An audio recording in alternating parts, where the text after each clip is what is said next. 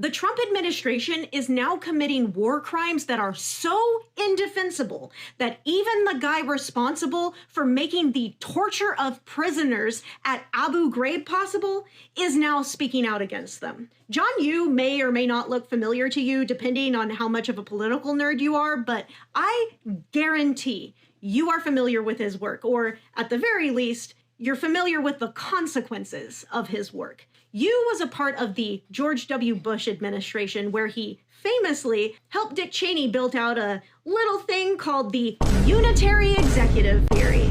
His other greatest hits from his time in the Bush administration include coming up with the legal justifications for warrantless wiretapping, waterboarding, and other enhanced interrogation techniques, which I prefer to call by their scientific name: torture. In other words, John Yoo is a massive piece of shit. I would not spit in that man's mouth if he was dying of thirst. As far as I'm concerned, the damage that John Yoo has done to our country is up there with Ronald Reagan, okay? He is garbage. And yet, even a sentient piece of trash like John Yoo agrees that the Trump administration has crossed a major line with their missile strikes on boats off the coast of South America. In fact, Yoo even went on the record with his criticism, publishing an op-ed in the Washington Post back in September detailing his concerns. A move that I imagine probably had pretty significant consequences for his professional career within the Republican Party. So if you're someone who has either continued to defend the Trump administration's actions, or